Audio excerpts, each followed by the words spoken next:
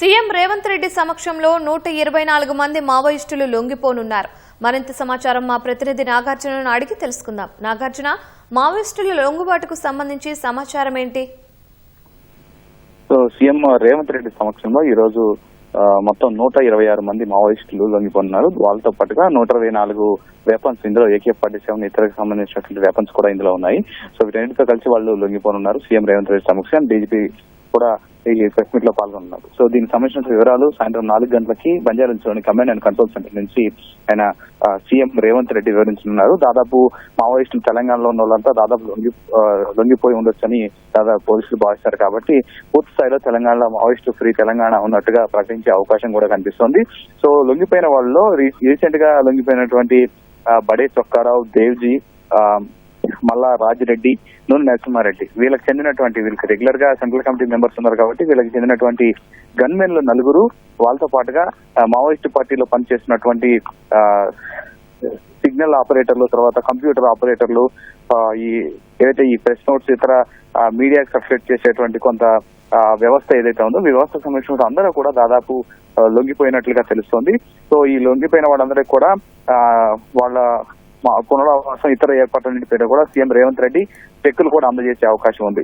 So recent గా వీళ్ళందరినీ, అంటే దేవ్జీకి సంబంధించినటువంటి బెటాలియన్ కూడా, PLGA బెటాలియన్ కూడా ఇందులో ఉన్నట్లుగా మనకు సమాచారం. ఈ బెటాలియన్ సుమారు 70-80 మంది ఈ బెటాలియన్ లోనే ఉన్నట్లుగా తెలుస్తోంది. సో వీళ్ళంతా కూడా ఎప్పుడైతే ఈ కీలక నేతలు రీసెంట్ గా లొంగిపోయినటువంటి సమయంలో దేవ్జీని కీలకంగా మావోయిస్టు పార్టీకి అగ్రనేతగా ఎన్నుకునేటువంటి సమయంలో ఒక మీటింగ్ పెట్టుకోవాల్సి ఉంది. సో ఈ మీటింగ్ ఆలస్యం అవడం వల్ల దేవ్జీని కూడా అందులో నియమించలేదని రీసెంట్ గా డీజీపీ కూడా స్పష్టం చేయడం జరిగింది. సో ఇప్పుడు దేవ్జీ కీలకంగా ఉండడం, ఆ తర్వాత దేవ్జీ లొంగిపోయిన తర్వాత వాళ్ళతోటి సీఎం రేవంత్ రెడ్డి కూడా ప్రత్యేకంగా సమావేశమయ్యారు. అనంతరం సచివాలయంలో ఆయన సమావేశమై మావోయిస్టు పార్టీ, అంటే మీరు అడవులు వదిలి జనజీవన సమితిలో కలిస్తే మీకు పూర్తి స్థాయిలో భద్రతతో పాటుగా మీరు కావాల్సినటువంటి అన్ని వసతులు కల్పిస్తామని సీఎం రేవంత్ రెడ్డి వాళ్ళకి హామీ ఇవ్వడం జరిగింది. సో దీన్ని దృష్టి ఉంచుకొని ఎవరైతే మావోయిస్టు పార్టీలు ఇంకా ఉన్నారో మీకు సంబంధించినటువంటి వాళ్ళందరినీ కూడా లొంగిపోవాలని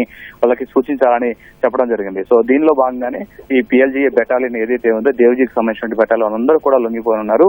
ఆల్రెడీ ఇప్పటికే లొంగిపోయినటువంటి సుమారు 591 మంది మావోయిస్టులందరినీ కూడా వాళ్ళంతా తెలంగాణ పోలీసులు, ప్రభుత్వం ఇచ్చినటువంటి పునరావాసాలకు సంబంధించిన దాంట్లో వాళ్ళంతా కూడా ఎవరి గ్రామాల్లో వాళ్ళంతా కూడా నివసిస్తూ ఉన్నారు.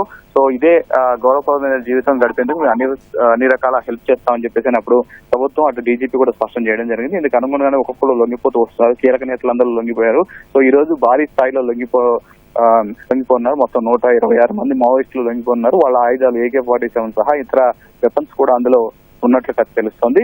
సో వీటన్నింటినీ కూడా ఈ ప్రభుత్వానికి హ్యాండ్ ఓవర్ చేయనున్నారు. సీఎం రేవంత్ రెడ్డికి, మేబీ సీఎం రేవంత్ రెడ్డికి చేతులకే ఈ గన్స్ ఇచ్చేసి మేము లొంగిపోతున్నట్టుగా వాళ్ళు ప్రకటించే అవకాశం ఉంది. సో దీనికి సంబంధించినటువంటి ఏర్పాట్లన్నీ కూడా స్పెషల్ ఇంటెలిజెన్స్ బ్రాంచ్ అందరూ పూర్తి చేసింది.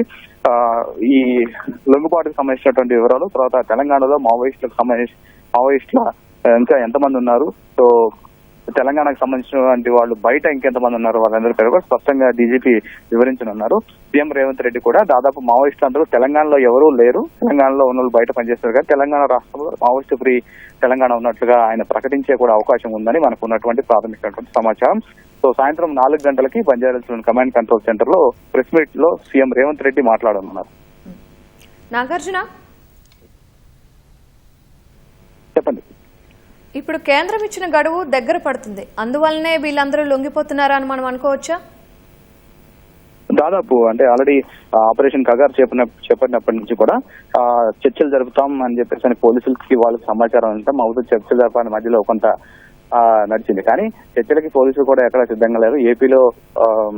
ఏపీ పోలీసులు రీసెంట్ గా చేసినట్టు ఎన్కౌంటర్లో కీలక నేతలు మరణించడం, తర్వాత ఒక్కొక్కరిగా మావోయిస్టులు అందరూ కూడా వేరే వేరే రాష్ట్రాల్లో కూడా వాళ్ళంతా కూడా లొంగిపోతూ వస్తున్నారు. సో దాదాపు ఈ డేటు దగ్గర పడడం అయితే ఆపరేషన్ కగారు కొనసాగించడం, తర్వాత పలు ప్రాంతాల్లో కీలక నేతలందరూ లొంగిపోయారు.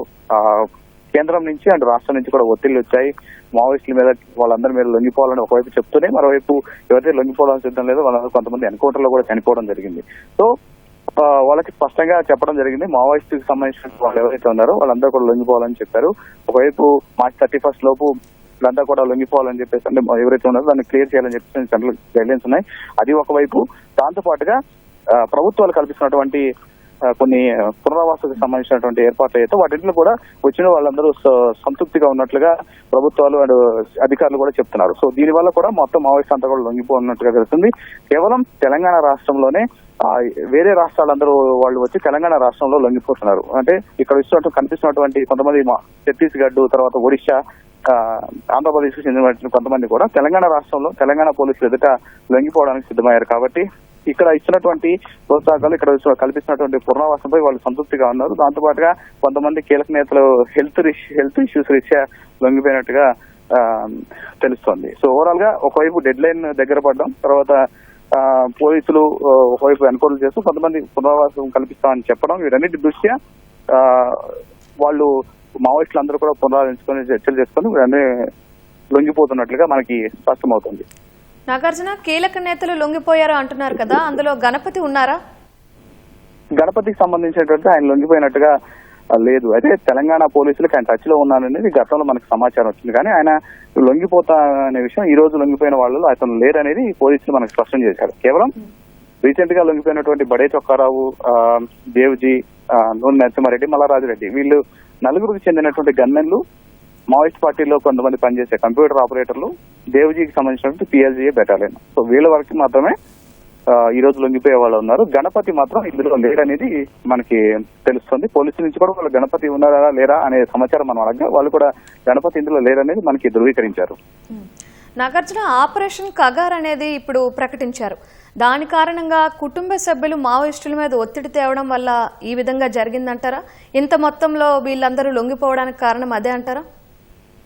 దాదాపు ఎందుకంటే ఆపరేషన్ కగార్ మొదలైనప్పటి నుంచి కూడా అటు 3 రాష్ట్రాల బోర్డర్లు, ఆంధ్రప్రదేశ్, ఛత్తీస్గఢ్, ఒరిస్సా రాష్ట్రాలు, తర్వాత మిగతా మధ్యప్రదేశ్ లో ఉన్నటువంటి మరికొన్ని ప్రాంతాలు, ఇవన్నీ కూడా ఒక్కొక్కరుగా ఎన్కౌంటర్ అవుతున్నారు. మరోవైపు కొంతమంది లొంగిపోయిన వాళ్ళందరూ కూడా సుఖంగా జీవిస్తున్నారు. వీటన్నింటినీ కుటుంబ సభ్యులు కూడా తమ వాళ్ళు కూడా వస్తే బాగుండేదని వాళ్ళు భావించారు. తర్వాత రీసెంట్ గా ఒక బడే చొక్కారావు లొంగిపోయినప్పుడు వాళ్ళ మదర్ కూడా వస్తున్నావా నాయన అంటూ ఆమె ఆవేదన వ్యక్తం చేసింది. తన చిన్నప్పుడు అక్కడి నుంచి ఆమె వయసులో ఉన్నప్పుడు, అంటే ఆయన 14-15 ఏళ్ళు ఉన్నప్పుడు ఆయన మావోయిస్టు వైపు వెళ్ళడం, తర్వాత అన్నేళ్ల తర్వాత తన కొడుకు వస్తానని చాలా ఆనందంతో ఉన్నారు.